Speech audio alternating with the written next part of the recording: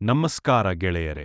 ಇಂದು ನಾವು ಕರ್ನಾಟಕದ ಮೈಸೂರು ನಗರದಲ್ಲಿರುವ ಪ್ರಸಿದ್ಧ ಚಾಮರಾಜೇಂದ್ರ ಜೂಲಾಜಿಕಲ್ ಪಾರ್ಕ್ ಬಗ್ಗೆ ತಿಳಿದುಕೊಳ್ಳೋಣ. ಈ ಮೃಗಾಲಯವನ್ನು 1892ರಲ್ಲಿ ಮೈಸೂರಿನ ಮಹಾರಾಜರಾದ ಚಾಮರಾಜ ಒಡೆಯರ್ರವರು ಸ್ಥಾಪಿಸಿದರು. ಅವರ ಹೆಸರಿನಲ್ಲಿಯೇ ಈ ಜೂ ಸೇರಿದೆ.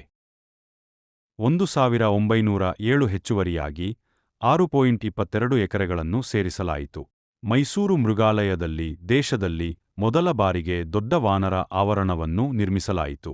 1909 ಮೃಗಾಲಯಕ್ಕೆ ಸಂಸ್ಥಾಪಕ ಶ್ರೀ ಚಾಮರಾಜೇಂದ್ರ ಒಡೆಯರ್ ಬಹದ್ದೂರ್ ಅವರ ಹೆಸರನ್ನು ಇಡಲಾಗಿದೆ. 1909ರಲ್ಲಿ ಮೈಸೂರು ಮೃಗಾಲಯವನ್ನು ಅಧಿಕೃತವಾಗಿ ಶ್ರೀ ಚಾಮರಾಜೇಂದ್ರ ಥೂಲಾಜಿಕಲ್ ಗಾರ್ಡನ್ ಸ್ಥಾಪಕರಾದ ಶ್ರೀ ಚಾಮರಾಜೇಂದ್ರ ಒಡೆಯರ್ ಬಹದ್ದೂರ್ ಅವರ ಗೌರವಾರ್ಥವಾಗಿ ಇದನ್ನು ಮರುನಾಮಕರಣ ಮಾಡಲಾಯಿತು. ಇದನ್ನು ಮೂಲತಃ 1892ರಲ್ಲಿ ಮಹಾರಾಜರ ಬೇಸಿಗೆ ಅರಮನೆಯ ಆವರಣದಲ್ಲಿ ಅರಮನೆ ಮೃಗಾಲಯವಾಗಿ ಸ್ಥಾಪಿಸಲಾಯಿತು.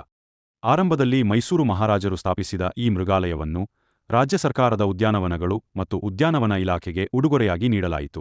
ಮೃಗಾಲಯವು ಕಾರಂಜಿ ಟ್ಯಾಂಕ್ ಸೇರಿದಂತೆ ಹೆಚ್ಚುವರಿಯಾಗಿ 50 ಎಕರೆಗಳನ್ನು ಸ್ವಾಧೀನಪಡಿಸಿಕೊಂಡಿತು. 1960ರಲ್ಲಿ ಮೈಸೂರು ಮೃಗಾಲಯವನ್ನು ಅಧಿಕೃತವಾಗಿ ಶ್ರೀ ಚಾಮರಾಜೇಂದ್ರ ಥೂಲಾಜಿಕಲ್ ಗಾರ್ಡನ್ಸ್ ಅನ್ನು ಭಾರತೀಯ ವನ್ಯಜೀವಿ ಮಂಡಳಿಯು ವನ್ಯಜೀವಿಗಳ ರಾಷ್ಟ್ರೀಯ ಸಂತಾನೋತ್ಪತ್ತಿ ಕೇಂದ್ರವಾಗಿ ಗೊತ್ತುಪಡಿಸಿತು. ಈ ಮಾನ್ಯತೆಯು ಮೃಗಾಲಯಕ್ಕೆ 100% ಆರ್ಥಿಕ ನೆರವು ನೀಡುವ ಮಂಡಳಿಯ ಬದ್ಧತೆಯನ್ನು ಸಹ ಒಳಗೊಂಡಿತ್ತು. 1979ರಲ್ಲಿ ಕರ್ನಾಟಕ ಮೃಗಾಲಯ ಪ್ರಾಧಿಕಾರ ಎಸ್ಕ ಅನ್ನು ನಿರ್ವಹಿಸಲು ಸ್ಥಾಪಿಸಲಾಯಿತು. ಶ್ರೀ ಚಾಮರಾಜೇಂದ್ರ ಮೃಗಾಲಯ, ಇದನ್ನು ಮೈಸೂರು ಮೃಗಾಲಯ ಎಂದು ಕರೆಯುತ್ತಾರೆ. ಇದು ಗಮನಾರ್ಹ ಬದಲಾವಣೆಯನ್ನು ಗುರುತಿಸಿತು. ಮೃಗಾಲಯವನ್ನು ಮೊದಲ ಬಾರಿಗೆ ಸ್ವಾಯತ್ತ ಸಂಸ್ಥೆಯನ್ನಾಗಿ